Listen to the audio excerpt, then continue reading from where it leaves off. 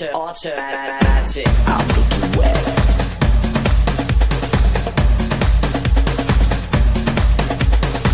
I'll make you sweat.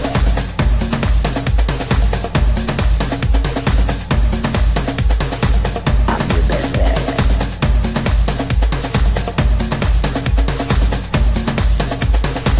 At the discotheque. It's automatic.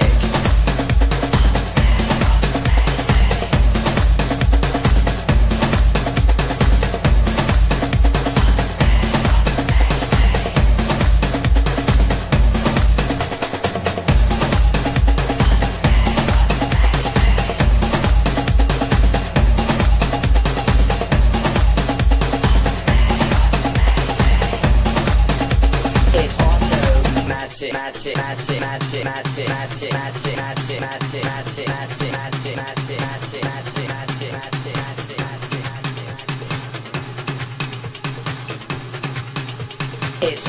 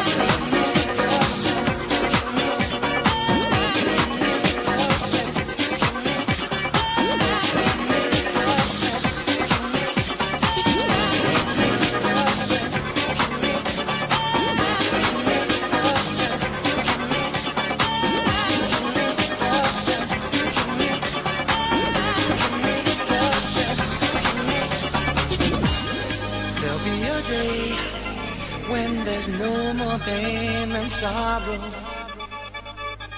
And there'll be a time when we all can face tomorrow. Show me a way to hold the present, seize the future, and give me the strength to clear the clouds that darken my day. Oh, I pray.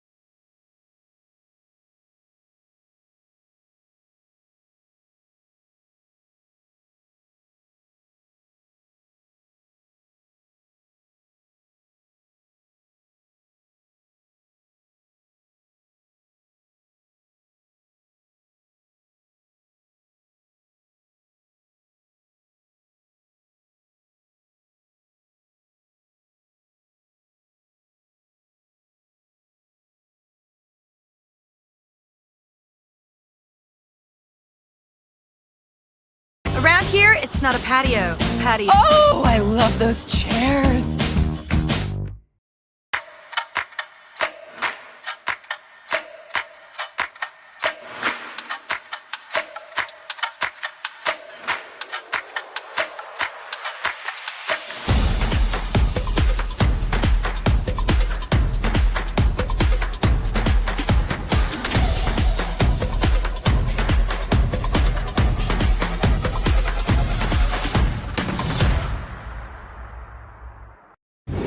My priorities for the department are clear: to unleash a golden era of American energy dominance, strengthen our national security, and lead the world in innovation. A reliable and abundant energy supply is the foundation of a strong and prosperous nation. When America leads in energy, we lead in prosperity, security, and human flourishing. Achieving this vision means fully leveraging the resources that have powered our country for generations. The United States is blessed with the abundance of coal, oil, and natural gas, and the Trump administration is committed to using them to provide affordable, reliable, and secure energy for the American people. And that's Energy Secretary Christopher Wright testifying before the House Appropriations Subcommittee on his department's 2026 budget. The secretary highlighting 3 new policy actions projected to save taxpayers more than $935 million each year. The department will now limit the indirect costs of funding for state and local governments to 10%, 15% for both nonprofits and for-profit companies. And joining me now is the man himself, U.S. Energy Secretary Christopher Wright. Mr. Secretary, good to have you. Thank you so much for being here. Tell me where you are in your process. Thanks for having me, Maria. Because we've spoken so much about the president's directive to drill, baby, drill. You've just testified about all of the energy capacity and the alternatives that we can tap into. Where are you in the process, and where would you say this is going? In what kind of time frame? Well, the great news is all we really have to do is undo all the wrong-headed policies of the last administration. You know, they came in saying they promised they were going to get rid of fossil fuels. Well, they were a little over 80% of American energy when they were elected, and they were a little over 80% of American energy when they left. The thing they did do was make them all more expensive. And they did that by just getting policies to get in the way of the commercial production of energy. So we're clearing out a lot of that underbrush to make it easier, re-permitting natural gas export terminals, common sense permitting and regulation on building pipelines. We are gonna give a help and a nudge to kickstart nuclear energy in the United States again. Very excited about that. Geothermal is a new emerging technology, but we'll end this sort of obsession with only wind, solar, and batteries that are still less than 4% of American energy. But they were all in on just that tiny little quadrant of the energy sector. I like that. That is a very important agenda there. Secretary, I want to ask you about Venezuela. This has become a real hot topic. Officials in Venezuela are now pleading with China to step up the oil purchases. Of course, China is their biggest creditor. After President Trump revoked licenses for Chevron and other foreign energy operators from working in Venezuela. I spoke with the chairman and CEO of Chevron, Mike Wirth, about this on Sunday Morning Futures. Watch this. A good portion of Venezuelan oil has historically come to the United States. Refineries on the Gulf Coast are designed to run that specific type of oil, and so it's very important for energy security in the U.S. The changes in the rules mean that that oil won't flow to the U.S. now, so making us less secure. China is actually the largest buyer of Venezuelan oil today. Venezuelan government officials have been in China very recently, encouraging China to buy more, and so as the largest buyer today, the policies could drive even more of that trade to China. And as you mentioned, we're the only American company that remains on the ground in Venezuela, which sits right across the Gulf of America from our country. And if we were to leave, as others have, the oil production continues and American companies are replaced by companies from other countries. And historically, that's been Chinese companies, Russian companies. And this is sort of China's MO, become a country's biggest creditor and ultimately dominate. And I don't think the U.S. or the Trump administration wants to see China dominating another country. Well, you're right. We've seen this playbook before in Africa, in Latin America, in Central Asia. And China has created a stronger presence, stronger influence, and control over economies and governments around the world through using their economic assets and position to do so. Secretary, what do you want to say about that? Look, Venezuela was this great success story in the 1970s, 1980s, one of the wealthiest countries in Latin America, a great American ally, a huge and growing energy system that it was very heavily dependent on American companies. It was a great partnership. You know, then they started to slide downhill. Then they elected two communist dictatorships that took away democracy and freedom in the country. And the U.S. is trying to figure out how to steer Venezuela back to a civilized nation, back to one that doesn't threaten his neighbors, doesn't impoverish its people, and send criminal gangs to the United States. So President Trump, instead of just letting it go on, he's standing up, trying to put some pressure on Venezuela to drive change there. I think he's going in the right direction. It would be a win for the United States and certainly a win for Venezuela if we can get a pivot out of that country. They've had 25 miserable years. That is a great point, and that is really a practical way of thinking about it. If Maduro is out, maybe things change. I will be continuing this conversation about America's business in Venezuela with Venezuela's Maduro's opposition leader, Maria Corina Machado, is my special guest live on Sunday Morning Futures this Sunday. So that will be something we will get into. But let me get back to U.S. domestic production, because the Department of Energy canceled a $4.5 million Biden-era contract to create green energy logo and website. What were they doing? Just focusing all on DEI and sort of, you know, I mean, the Washington Reporter found almost $100 billion in Green New Deal funding was doled out in just the last few years of the Biden term. That included $53 billion in loans and an additional $40 billion in conditional commitments to various companies. Mr. Secretary, how important has it been for you to erase all of this? Oh, it's huge. And that was the urgency for me to get a high qualified team and dive into these agreements. And Maria, you just gave the summary numbers, but let me repeat. About a little over $40 billion was supplied in support through the Loan Program Office in its 15 years of existence, a little over $40 billion, and then almost $100 billion in the 76 days after they lost the election and before President Trump's inauguration. Look, if those were great ideas that were benefit to the America, why didn't they do it in the 2.5 years after the Inflation Reduction Act was passed? Why did they wait till they lost the election? They changed terms and loan covenants. They basically tried to set bombs to make it hard for us to unwind the mess they'd created. That's just not a responsible way to treat American taxpayer money and to move our energy system forward. So yes, we've stepped into a lot of mess, but this stuff's all fixable. We've got an aggressive team going after it. And you see already American energy prices are down. Investments in America to bring jobs back are up. So I think we're going the right direction, but yeah, we've got a lot to clean out. But Secretary, why is it so hard to codify some of these executive orders into law? I mean, you know, these oil companies put money down. These are long-term contracts. They need to know that they're going to be here beyond 4 years. So is there anything you can do to help Congress and to push Congress to codify these things into law, like the permitting process?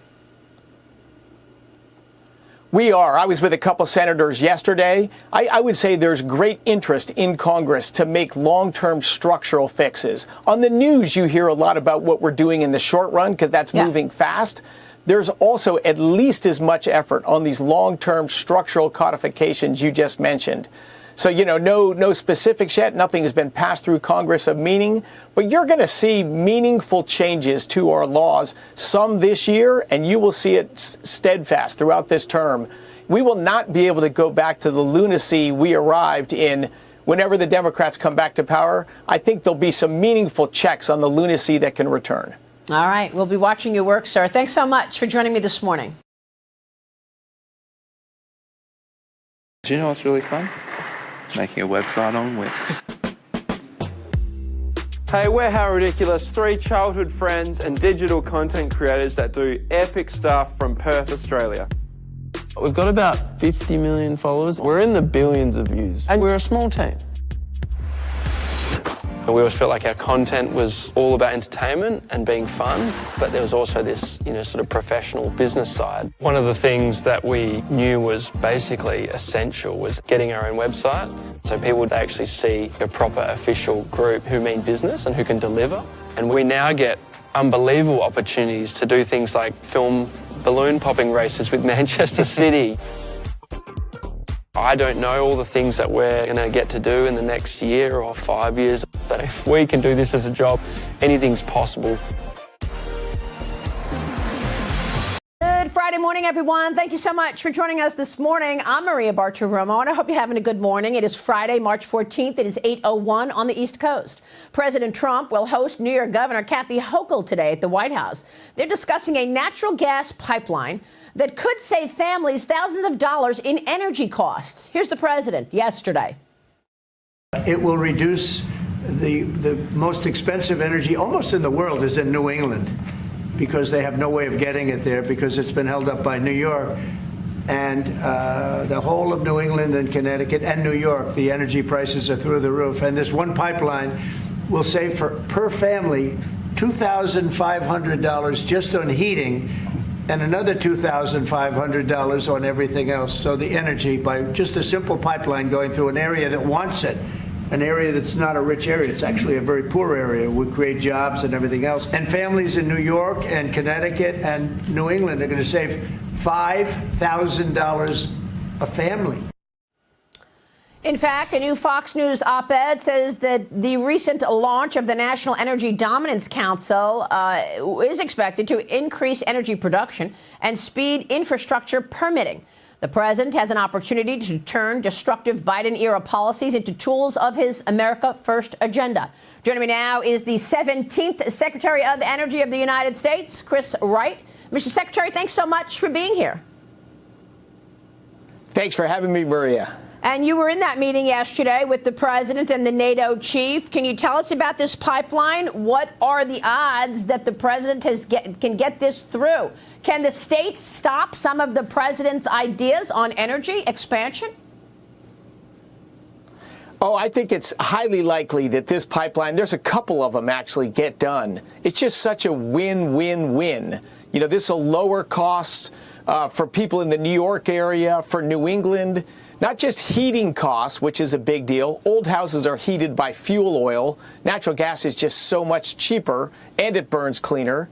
But it also lower electricity prices, which, of course, everyone would cheer for that as well, and allow businesses in New England or in New York City area to expand and grow their businesses and grow more jobs. So it's like no one loses by this. But silly politics of several years ago stopped these in the first go-round. But I think it's quite likely these pipelines will be under construction before this year's over. Wow, well, that is big news. Look, Mr. Secretary, I was reading your speech the other day at the CERA conference. You had a wonderful speech and interaction with lots of energy executives at that CERA summit. And I want to get your take on that, because you said natural gas is the largest source of home heating in the United States. It's rapidly growing petrochemical industry and the largest supplier of processed heat for manufacturing steel, cement, countless metals, semiconductors. The list is long. Where are we on all of this? Because the president has issued a number of executive orders on energy. They all seem very positive for America, but will they be in place long term? What can Congress do to make sure that those executive orders are codified into law?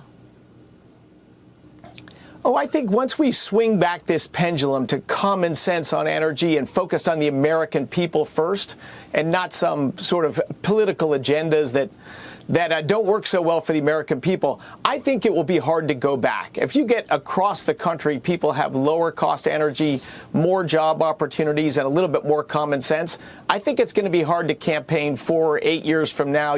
We're the team of expensive energy. We want to go back to making things inexpensive and pushing industries overseas. I don't think you see a lot of political support for that. There will be specific codifications in the law, so some of it will be permanently enshrined. But I think the attitude and the focus on the American people first, I think that'll become infectious. Well, I mean, it could become infectious, but we need it as a law. We need it codified because you know better than anyone, these energy executives make investments for 20, 30, 40, 50-year periods. These are long-term contracts, and they're putting a lot of money in the ground to actually excavate, et cetera, et cetera. So is it going to be in place after President Trump? 4 years later? I think the answer to that is yes. Number one, at the Energy Department, we're permitting a lot of liquefied natural gas export terminals. This ships gas around the world to our allies, grows America's balance of trade. And the other thing, Maria, one of my colleagues, Lee Zeldin, the EPA administrator, announced a number of bold actions yesterday. And maybe the biggest one is this endangerment finding. Congress has never been able to pass a law that says, hey, we should explicitly put a tax on carbon fuels to make them more expensive, which they wanted to do in the past. So through a court system ruling and a twisted logic that somehow U.S. greenhouse gas emissions were a risk to the American people, they decidedly are not. Lee Zeldin and the EPA has decided to re-look at this rule. So we'll re-engage with the science and the data and all that. And the data will drive us where the data goes. But I think it's likely you're going to see some permanent changes for the positive that'll be very hard to challenge. Just because they'll be popular and they'll be reasonable and they'll be based on numbers. Well, it's a good point to make because we spoke with Lee Zeldin yesterday on this program, the EPA rolling back all of those climate change policies and what it calls the biggest day of deregulation in American history. So let's go through what you just said is 31 actions on the docket, including rolling back electric vehicle mandates, reversing air quality standards to support manufacturing, small business, reducing regulations on power plants and the oil and gas industry. Here's Lee Zeldin with me yesterday. We heard from the American public loud and clear when they voted on November 5th that they want economic relief. They want to unleash energy dominance. It is important for us to be bringing back jobs. We want to help President Trump at EPA to accomplish his mission, his mandate that the American public spoke loud and clear on last November. These 31 historic actions that we undertook, yes, is the largest deregulatory announcement ever made in U.S. history. We're proud to do it. We're proud to lead it, and we're going to get this across the finish line. So in a practical sense, Secretary, what will this mean for business, for markets? Because I know that under the Biden administration, they had rules on top of rules. I mean, you had to come up with your emissions risk as a customer and as a customer of the customer. All that's being rolled back. Yes, indeed. Again, it's just a return to common sense. Like I heard in your words, because it's in the EPA words, the rollback of clean air standards. That's a little misnomer, although it is the words. With the rise of natural gas over the last 15 years in the United States, we've had dramatic improvements of United States air quality and water quality to the cleanest of any of the industrialized nations on the planet. That's a fantastic positive. The original Clean Air Act was about making the air in the United States cleaner. That's an admirable goal, and everyone supports it. The results have been dramatic over my lifetime, but then they've been taken further. They're not really Obama's rules, Biden's rules. They weren't really about clean air.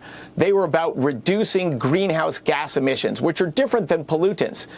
They didn't drive much reduction in greenhouse gases, but they made it very hard to do business in the United States. If you can't build a factory or manufacturing plant in the United States, it just gets built in Asia, where it's powered by coal instead of U.S. natural gas. And those blue-collar jobs that are well-paying and critical to our communities have been exporting our country.